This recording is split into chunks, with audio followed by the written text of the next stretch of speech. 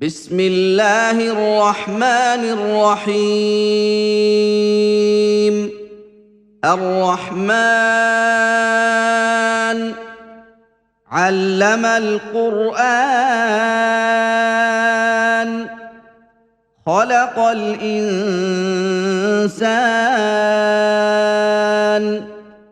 علمه البيان. الشمس والقمر بحسبان، والنجم والشجر يسجدان.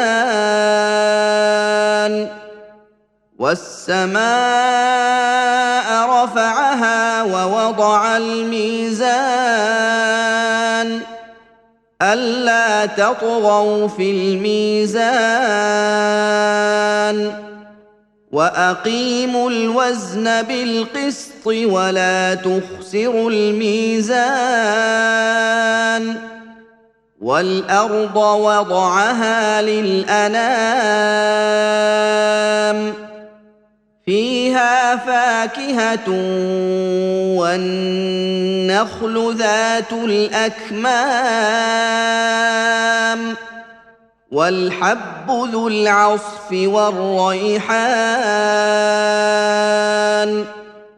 فبأي آلاء ربكما تكذبان؟ خلق الإنسان من صلصال كالفخار، وخلق الجان من مارج من نار. فبأي آلاء ربكما تكذبان؟ رب المشرقين ورب المغربين. فبأي آلاء ربكما تكذبان؟ مرج البحرين يلتقيان، بينهما برزخ لا يبغيان. فبأي آلاء ربكما تكذبان؟ يخرج منهما اللؤلؤ والمرجان. فبأي آلاء ربكما تكذبان؟ وله الجوار المنشآت في البحر كالأعلام. فبأي آلاء ربكما تكذبان؟ كل من عليها فان، ويبقى وجه ربك ذو الجلال والإكرام. فبأي آلاء ربكما تكذبان؟ يسأله من في السماوات والأرض، كل يوم هو في شأن. فبأي آلاء ربكما تكذبان؟ سنفرغ لكم أيها الثقلان.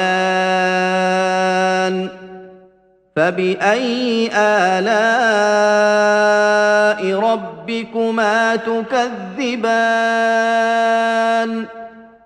يا معشر الجن والإنس إن استطعتم أن تنفذوا من أقطار السماوات والأرض فانفذوا، لا تنفذون إلا بسلطان. فبأي آلاء ربكما تكذبان يرسل عليكما شواظ من نار ونحاس فلا تنتصران فبأي آلاء ربكما تكذبان فإذا انشقت السماء فكانت وردة كالدهان فبأي آلاء ربكما تكذبان فيومئذ لا يسأل عن ذنبه إنس ولا جان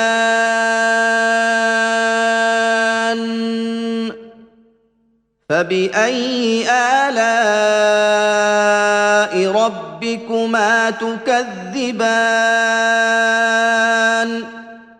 يعرف المجرمون بسيماهم فيؤخذ بالنواصي والأقدام فبأي آلاء ربكما تكذبان هذه جهنم التي يكذب بها المجرمون يطوفون بينها وبين حميم آن فبأي آلاء ربكما تكذبان ولمن خاف مقام ربه جنتان فبأي آلاء ربكما تكذبان ذواتا أفنان فبأي آلاء ربكما تكذبان فيهما عينان تجريان فبأي آلاء ربكما تكذبان فيهما من كل فاكهة زوجان فبأي آلاء ربكما تكذبان متكئين على فرش بطائنها من استبرق وجنى الجنتين دان فبأي آلاء ربكما تكذبان فيهن قاصرات الطرف لم يطمثهن إنس قبلهم ولا جان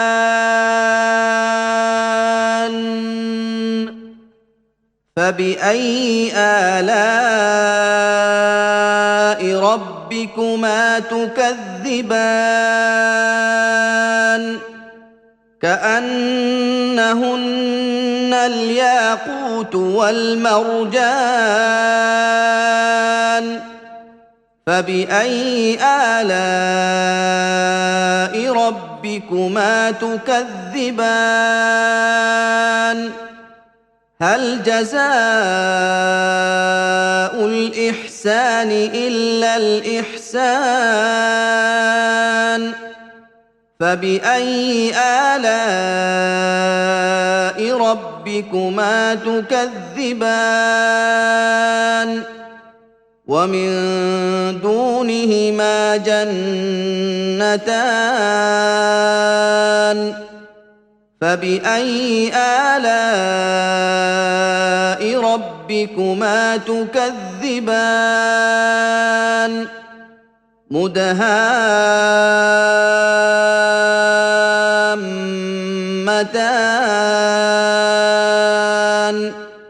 فبأي آلاء ربكما تكذبان فيهما عينان نضاختان فبأي آلاء ربكما تكذبان فيهما فاكهة ونخل ورمان فبأي آلاء ربكما تكذبان فيهن خيرات حسان فبأي آلاء ربكما تكذبان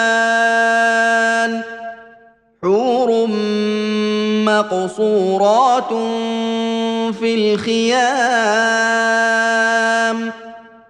فبأي آلاء ربكما تكذبان لم يطمثهن إنس قبلهم ولا جان فبأي آلاء ربكما تكذبان